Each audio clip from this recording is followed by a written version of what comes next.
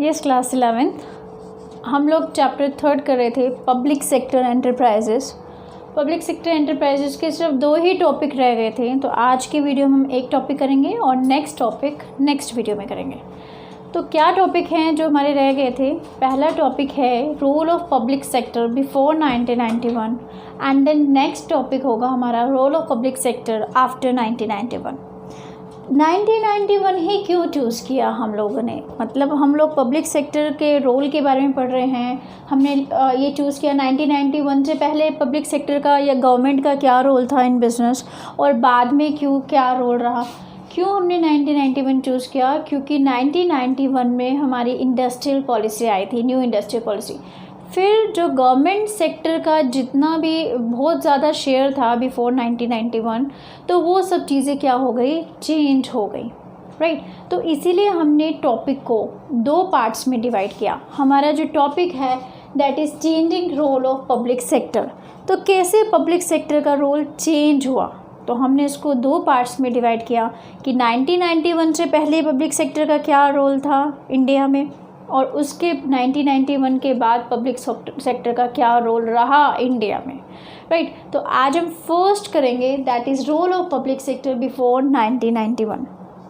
1991 से पहले गवर्नमेंट का क्या रोल था बिज़नेस में, या फिर गवर्नमेंट को क्यों आना पड़ा बिजनेसेस में। क्या हुआ जब हम लोगों को फ्रीडम मिली, जब हम लोग 1947 में हमें फ्रीडम मिले, एट दैट टाइम ज़रूरी था कि गवर्नमेंट को इंडस्ट्रियल सेक्टर में आना पड़े या इंटरफेयर करना पड़े। क्यों? क्योंकि तब हम लोग प्रोग्रेस कर रहे थे एट दैट टाइम, और प्रोग्रेस करने के लिए हमेशा ध्यान रखो इंडस्ट्रीज़ का डेवलपमेंट होना बहुत ज़रूरी है कि इंडस्ट्रीज़ बहुत अच्छी तरह से इंडस्ट्री डेवलप हों। लेकिन इंडस्ट्रीज़ डेवलप होने के लिए ज़रूरी है कि उनको इंफ्रास्ट्रक्चर मिले। इंफ्रास्ट्रक्चर क्या होता है? Like transport, electricity. अगर ट्रांसपोर्ट, इलेक्ट्रिसिटी जैसा इंफ्रास्ट्रक्चर ना हो, जैसे ट्रेन्स हैं, ये इंफ्रास्ट्रक्चर ना हो, तो ऐसे में इंडस्ट्रीज़ क्या ग्रोथ नहीं कर पाते हैं। क्यों? क्योंकि इन्हीं से ही इंडस्ट्री क्या होती हैं, डेवलप होती हैं। उनको अपने प्रोडक्ट बनाने के लिए इलेक्ट्रिसिटी चाहिए, उनको अपने प्रोडक्ट को एक जगह से दूसरी जगह शिफ्ट करने के लिए ट्रांसपोर्टेशन चाहिए, अच्छा चाहिए। तो ये सब चीज़ें बहुत ज़रूरी है इंडस्ट्रियल डेवलपमेंट के लिए। इंडिया को लगता था कि इंडस्ट्रियल डेवलपमेंट बहुत ज़रूरी है ताकि हम लोग भी डेवलप कर पाएँ, क्योंकि हम सबको पता है ये चीज़ें सबको पता है कि इंडस्ट्रियल डेवलपमेंट होती है तो लोगों को एम्प्लॉयमेंट मिलता है, तो स्टैंडर्ड ऑफ लिविंग लोगों का इंक्रीज़ होता है, और लोगों की क्वालिटी अच्छी, स्टैंडर्ड अच्छा बनता है, क्वालिटी ऑफ लाइफ अच्छी बनती है, तो इससे पूरा का पूरा देश डेवलप हो जाता है। अब गवर्नमेंट को लगा कि जो इंफ्रास्ट्रक्चर है like transport, electricity, all these things, इसमें तो बहुत ज़्यादा खर्चा होता है, और प्राइवेट सेक्टर के पास ना इतना पैसा होता है, ना ही वो लोग इन चीज़ों में इन्वेस्ट करना चाहते हैं। क्यों? इसके 2 रीज़न होते हैं। पहली बात, जब इनमें इन्वेस्ट किया जाता है तो एक तो large amount of capital, large amount of पैसा उसमें इन्वेस्ट करना पड़ता है। सेकेंड, आपको जब इसमें इन्वेस्ट करते हैं तो आपको जो इसके प्रॉफिट मिलते हैं वो बहुत लंबे टाइम के बाद मिलते हैं। सपोज़ हम ट्रेन्स का एग्जांपल लेते हैं। ट्रेन्स के लिए आपको उसकी ट्रैक्स बहुत ज़्यादा, जो आपको स्प्रेड बहुत पूरे कंट्री में स्प्रेड करे, इतना आपको उसके ट्रैक्स बनवाने पड़ते हैं। देन उसके बाद ट्रेन्स बनवानी पड़ती हैं, ये सब चीज़ें, इतना खर्चा है। लेकिन जब ये सब चीज़ें बन जाती हैं तो इस चीज़ों को बनने में या इन चीज़ों को, रेलवे को स्टार्ट होने में बहुत टाइम लगता है। मतलब प्रॉफिट जो मिलेगा वो बहुत टाइम बाद मिलेगा। तो इसीलिए कोई private sector in infrastructure activities में कभी भी इन्वॉल्व नहीं होना चाहता। First, large amount of money, and second is long gestation period, बहुत लंबे टाइम के बाद प्रॉफिट मिलना शुरू होता है। अब ज़रूरी है इंफ्रास्ट्रक्चर में इन्वेस्ट करना, तो ऐसे टाइम में गवर्नमेंट को लगा कि उसको खुद को एंटर करना चाहिए बिज़नेस सेक्टर में, और इंफ्रास्ट्रक्चर फैसिलिटी प्रोवाइड करानी चाहिए ताकि इंडस्ट्रियल डेवलपमेंट हो सके। तो क्या हुआ, गवर्नमेंट ने इसीलिए या पब्लिक सेक्टर ने एंटर किया बिजनेसेस में, ताकि वो इंफ्रास्ट्रक्चर फैसिलिटी को डेवलप कर पाए। देन सेकेंड, और क्या ज़रूरत थी पब्लिक सेक्टर को? सेकंड, हम ये कह सकते हैं कि कई ऐसी चीज़ें होती हैं जो कि पब्लिक वेलफेयर के लिए बहुत ज़रूरी हैं। लाइक आप ये कह सकते हैं इलेक्ट्रिसिटी बहुत ज़रूरी है, वाटर सप्लाई बहुत ज़रूरी है। तो ऐसी जगह ऐसी वाली जो सर्विसेज हैं, ऐसे में जो प्राइवेट सेक्टर बहुत कम इंटरेस्टेड था इन्वेस्ट करने के लिए। तो ऐसे में गवर्नमेंट को लगा कि यस, उसको एंटर करना चाहिए और ये सारी की सारी फैसिलिटीज़ प्रोवाइड करानी चाहिए लोगों को। देन और क्या रीज़न था? इसके अलावा सबसे इम्पोर्टेंट रीज़न ये था balance regional development. Balance regional development का क्या मतलब होता है? हम लोग कई बार ये चीज़ें पढ़ते हैं कि कई ऐसे स्टेट्स हैं हमारी कंट्रीज़ में जो बहुत ज़्यादा डेवलप्ड हैं और कई ऐसे स्टेट्स हैं जो कि अनडेवलप्ड हैं या बैकवर्ड स्टेट में हैं। लाइक हम लोग कहते हैं पंजाब, हरियाणा बहुत ज़्यादा डेवलप्ड हैं, लेकिन बिहार को हम अगर देखें या कई ऐसे स्टेट्स हैं जो अनडेवलप्ड स्टेट में हैं, या फिर हम ये कहें कि वो अभी तक डेवलप हुए ही नहीं हैं। क्यों ऐसा क्यों? क्योंकि अब ये अनडेवलप नहीं हुए और ना ही हो पा रहे हैं। तो ऐसा क्यों? क्योंकि क्या होता है, प्राइवेट सेक्टर जो होता है वो हमेशा अपनी इंडस्ट्रीज वहाँ सेटअप करना चाहता है जहाँ पर उसको प्रॉपर फैसिलिटीज़ मिले।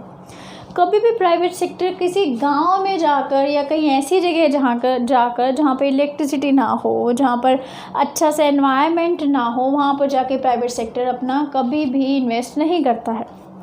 तो ऐसे में वो जो रीजन होता है जहाँ पर ये फैसिलिटी नहीं है, वो रीजन क्या रह जाता है? अनडेवलप्ड रह जाता है।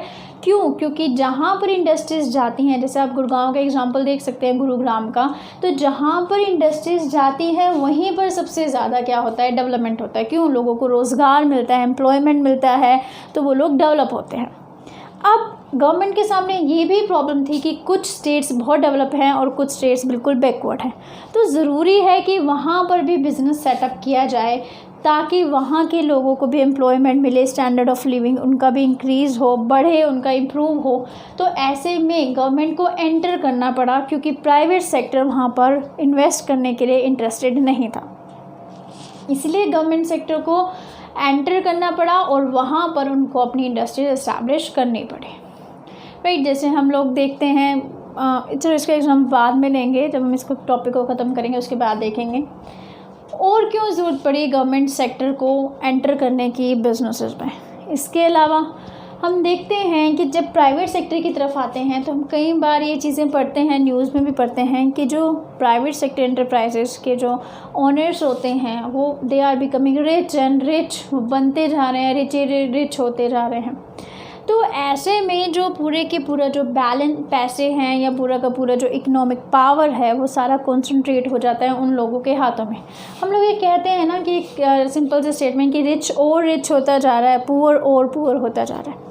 तो अब ऐसे में गवर्नमेंट को लगा कि ज़रूरी है कि जो कई प्राइवेट सेक्टर हैं मार्केट में वो क्या करें बिज़नेस में, तो वो लोग और भी ज़्यादा इकोनॉमिक पावर को कॉन्सेंट्रेट कर रहे हैं, मतलब वो लोग और भी रिच हुए जा रहे हैं। ज़रूरत थी कि जो पैसा है वो सिर्फ कुछ ही लोगों के हाथ में ना रहे बल्कि लोगों में बट जाए। राइट, तो ऐसे में गवर्नमेंट सेक्टर को इंटरफेयर करना पड़ा या फिर एंटर करना पड़ा बिजनेसेस में, ताकि पब्लिक सेक्टर में, ताकि जो बिज़नेस उसके गवर्नमेंट के चलते हैं वहाँ पर लोगों को ज़्यादा से ज़्यादा एम्प्लॉयमेंट भी प्रोवाइड हो, और जब उनको एम्प्लॉयमेंट मिलेगी तो पैसा भी क्या होगा, उन लोगों के हाथ में भी आएगा। गवर्नमेंट से पैसा कहाँ गया? लोगों के हाथ में। नहीं तो वो सिर्फ प्राइवेट सेक्टर में ही कॉन्सेंट्रेट होता जा रहा था। राइट, तो ये कुछ रीज़न थे जब फ्रीडम हमें मिली, तो उसके बाद जब गवर्नमेंट को लगा इन्हीं रीज़न की वजह से कि उसको एंटर करना चाहिए पब्लिक सेक्टर एंटरप्राइजेज़ में या फिर अपने एंटरप्राइजेज़ ओपन करने चाहिए। अब इस चीज़ को हम डिटेल में पढ़ेंगे बेटा। तो फर्स्ट, डेवलपमेंट ऑफ इंफ्रास्ट्रक्चर, अभी हमने इसको पढ़ा। The development of infrastructure is mandatory for industrialisation. अगर आपको इंडस्ट्रियलाइजेशन करना है, डेवलप होना है, तो ज़रूरी है कि उसके लिए बेसिक इंफ्रास्ट्रक्चर को प्रोवाइड करवाया जाए। बिकॉज इंफ्रास्ट्रक्चर को प्रोवाइड करने में बहुत ज़्यादा पैसा भी लगता है और बहुत ज़्यादा जेस्टेशन पीरियड भी होता है उसका, मतलब प्रॉफिट बहुत लंबे टाइम बाद आना होता है, तो प्राइवेट सेक्टर उसमें इंटरेस्ट नहीं लेता। तो it was only the government which made huge capital, so government ही ह्यूज कैपिटल इन्वेस्टमेंट कर सकती है to develop infrastructure facility, because such products demand long gestation period बहुत लंबे टाइम के बाद प्रॉफिट अर्न होता है इंफ्रास्ट्रक्चर फैसिलिटी अगर प्रोवाइड कराते हैं तो, and relatively less rate of return, और इनका रिटर्न भी कुछ अच्छा नहीं रहता, कम रिटर्न रहता है, बहुत ज़्यादा कैपिटल भी इन्वेस्ट करनी पड़ती है। प्राइवेट सेक्टर इंटरेस्टेड नहीं होता फिर इसमें इन्वेस्ट करने के लिए। तो अब जैसे रोड्स बनवाना, तो यही वजह थी कि पब्लिक सेक्टर को एंटर करना पड़ा, या गवर्नमेंट को एंटर करना पड़ा पब्लिक सेक्टर में। Now second is regional balance. जैसे मैंने अभी आपको एग्जांपल दिया कि Punjab is very developed state और Bihar is less developed state, और we can say backward state. तो ऐसे में गवर्नमेंट की रिस्पॉन्सिबिलिटी ये भी होती है कि सभी की सभी स्टेट्स वेल डेवलप्ड हों, बैलेंस डेवलप्ड हों। लेकिन प्राइवेट सेक्टर फिर से वही, वो ऐसी जगह पे तो अपनी इंडस्ट्री इस्टेब्लिश करना नहीं चाहता।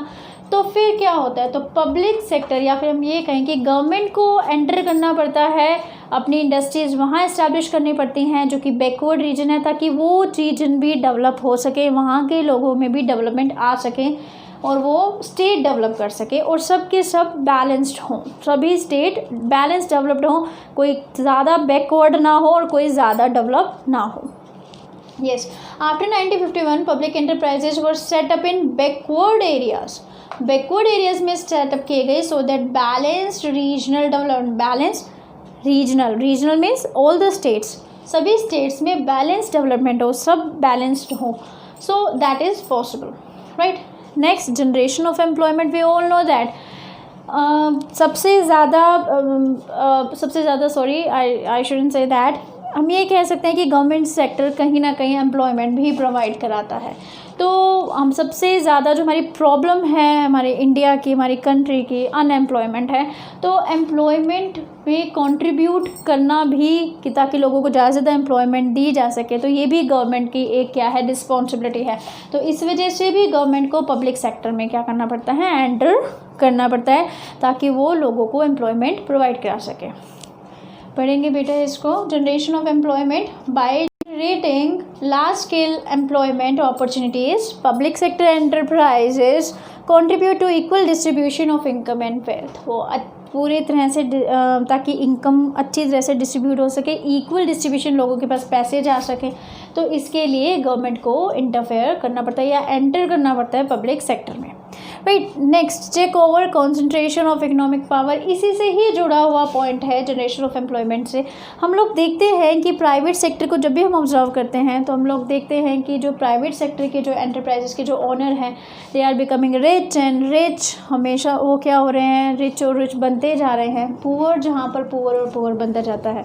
तो हम लोग ये चीज़ देखते हैं, जो प्राइवेट सेक्टर एंटरप्राइजेस के ओनर हैं ज़्यादा से ज़्यादा प्रॉफिट अर्न करते हैं, और प्रॉफिट को ऐसा नहीं है, हम अपने एम्प्लॉयज़ में बांट देते हैं, कोशिश करते हैं, क्योंकि प्राइवेट इंडिविजुअल हैं, चाहते हैं कि प्रॉफिट उनके पास रहे, तो सारा का सारा पैसा उनके हाथ में कॉन्सेंट्रेटेड होता जा रहा है। पैसा प्राइवेट सेक्टर के ओनर्स के पास कॉन्सेंट्रेटेड होता जा रहा है तो बड़ी मुश्किल है। ऐसे में गवर्नमेंट सेक्टर को लगता है कि नहीं, अगर ये पैसा गवर्नमेंट भी एंटर करती है बिजनेस में, वो भी प्रॉफिट अर्न करती है, तो वो कोशिश करती है कि अपने एम्प्लॉयज़ को डिस्ट्रीब्यूट कर दे और टू इनकम, इक्वल डिस्ट्रीब्यूशन करे इनकम। तो मतलब अब प्राइवेट सेक्टर से पैसा खींचा जाएगा, कैसे खींचा जाएगा, गवर्नमेंट सेक्टर खुद क्या करेगी, बिजनेस स्टैब्लिश करेगी, तो कुछ पैसा गवर्नमेंट सेक्टर में भी आएगा पैसा वो, और पैसा लोगों में डिस्ट्रीब्यूट हो जाएगा, मतलब सारा पैसा प्राइवेट सेक्टर के पास नहीं रहेगा। तो ये ज़रूरी था गवर्नमेंट के लिए, ताकि सब में इक्वल डिस्ट्रीब्यूशन ऑफ मनी हो पाए, राइट। तो take over concentration of economic power, the public sector followed the policy of take, और वो कैसे करती है, वो ऐसे इंडस्ट्रियल सेक्टर जो कि मोनोपोली पे हैं। मोनोपोली क्या होता है बेटा, आप इकोनॉमिक्स में पढ़ेंगे, मोनोपोली होता है जहाँ पर एक ही सेलर हो, किसी भी चीज़ को बेच रहा है, एक ही सेलर है। तो मतलब एक एग्जांपल लेके चलते हैं, जैसे आपकी सोसाइटी है, वहाँ पे एक ही स्टेशनरी की शॉप है, तो अब वो एक स्टेशनरी की शॉप है और दूर दूर तक कोई शॉप नहीं है स्टेशनरी की। एट दैट टाइम आपको मजबूर होकर वहीं से ही चीज़ें खरीदनी पड़ेंगी, चाहे वो ज़्यादा प्राइसेस पे दे, चाहे वो लो क्वालिटी की गुड्स दे। मतलब मोनोपोली हमेशा ही क्या होती है, बेकार होती है मार्केट के लिए या बिज़नेस के लिए। अब कई ऐसे सेक्टर थे जहाँ पर प्राइवेट सेक्टर की मोनोपोली थी, तो वो इस चीज़ का फ़ायदा भी उठा रहे थे।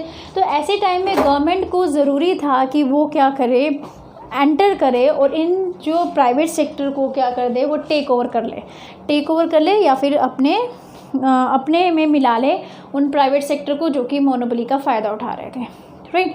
तो वो कैसे किया उसने, इकोनॉमिक जो पावर को कैसे डिस्ट्रीब्यूट ताकि इक्वल हो सके, तो उसने कुछ ऐसे इंडस्ट्रियल एंटरप्राइजेस को टेक ओवर किया जो कि मोनोपोली होने का फ़ायदा उठा रहे थे, क्योंकि वो एक ही सेलर थे इन द मार्केट में एक ही सेलर थे। तो फिर उन्होंने क्या किया, गवर्नमेंट ने क्या किया, उन इंडस्ट्रीज़ को या उन प्राइवेट सेक्टर को टेक ओवर कर लिया, राइट, ताकि उनकी मोनोपोली ख़त्म हो जाए और उनकी कंसंट्रेशन ऑफ इकोनॉमिक पावर भी ख़त्म हो जाए। जब मोनोपोली ही ख़त्म हो जाएगी तो then defence requirement, we all know that defence is very important part of our country security. हमारी कंट्री की सिक्योरिटी के लिए बहुत ही ज़रूरी है defence activity. Defence means arms, weapons, war के टाइम जो भी चीज़ें यूज़ होती हैं। तो ऐसे टाइम पे प्राइवेट सेक्टर पे बिलीव करना इज़ नॉट वर्दी, मतलब आप प्राइवेट सेक्टर पे बिलीव नहीं कर सकते हो, तो गवर्नमेंट को एंटर करना ही पड़ेगा।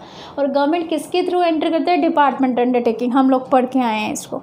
तो वो डिपार्टमेंट अंडरटेकिंग के थ्रू अपनी डिफेंस की रिक्वायरमेंट्स को पूरा करता है। देन इसी को ही पढ़ते हैं। Investment in public sector was essential to ensure a continuous supply of goods and services needed by the defence. The next is public utilities. कई ऐसी सर्विसेज होती हैं जो कि पब्लिक के लिए बहुत ज़रूरी है, और अगर ये प्राइवेट सेक्टर के हाथ में चले जाएं, क्योंकि प्राइवेट सेक्टर का मेन मोटिव तो प्रॉफिट अर्न करना है, तो प्राइवेट सेक्टर ये नहीं सोचेगा कि ये चीज़ें हमें लोगों को प्रोवाइड करानी चाहिए, बल्कि वो सोचेगा कि मैं अपना प्रॉफिट कैसे ज़्यादा से ज़्यादा अर्न करूँ, लाइक वाटर, गैस। तो अगर प्राइवेट सेक्टर के पास ये चीज़ें रहेंगी तो वो वाटर को ज़्यादा से ज़्यादा प्राइजेस पे, इलेक्ट्रिसिटी को या फिर गैस को, ये ज़्यादा से ज़्यादा प्राइजेस पे प्रोवाइड करेगा ताकि वो ज़्यादा से ज़्यादा प्रॉफिट अर्न कर सके। बट ये सब चीज़ें तो एसेंशियल है हमारी लाइफ की, हमें ज़रूर चाहिए। तो ऐसे में गवर्नमेंट को ये चीज़ें अपने हाथ में रखनी पड़ती हैं ताकि ये लोगों की जो लोगों की एग्जिस्टेंस के लिए ज़रूरी हैं, ये चीज़ें रीज़नेबल प्राइजेस पे लोगों को प्रोवाइड की जा सके, right? तो public utilities, since private sector was motivated with earning profit, the government provided the public utility like water, gas, ये चीज़ें गवर्नमेंट अपने हाथ में ही रखती है ताकि रीजनेबल प्राइसेस पे लोगों को प्रोवाइड कर सके, राइट। अब हमने पढ़ लिया role of public sector before 1991, और नेक्स्ट वीडियो हमारा रहेगा role of public sector after 1991। As I have told you कि 1991 में न्यू इंडस्ट्रियल पॉलिसी आई थी, तो उसमें बहुत चीज़ें चेंज आए। कैसे चेंज आए, गवर्नमेंट सेक्टर जो पब्लिक सेक्टर का रोल 1991 से पहले बहुत ज़्यादा था, प्राइवेट सेक्टर बहुत कम। लेकिन 1991 के बाद पब्लिक सेक्टर ने अपना रोल लिमिटेड कर लिया और प्राइवेट सेक्टर को बहुत ज़्यादा फ्रीडम दे दी कि आप भी आइए, मार्केट में आइए, बिजनेस कीजिए, मतलब उनको बहुत ज़्यादा फ्रीडम दी और पब्लिक सेक्टर का रोल थोड़ा लिमिटेड होता रहा, राइट। तो ये चीज़ हम पढ़ेंगे नेक्स्ट वीडियो में, और नेक्स्ट टॉपिक रहेगा role of public sector after 1991, और इसके बाद ये चैप्टर कंप्लीट हो जाएगा, राइट। अगर आपको लगा है कि चीज़ें आपको समझ में आई हैं, कंसेप्ट क्लियर हुआ है, तो प्लीज़ लाइक बटन दबाइएगा और इसको सब्सक्राइब भी कीजिएगा। Thanks for watching.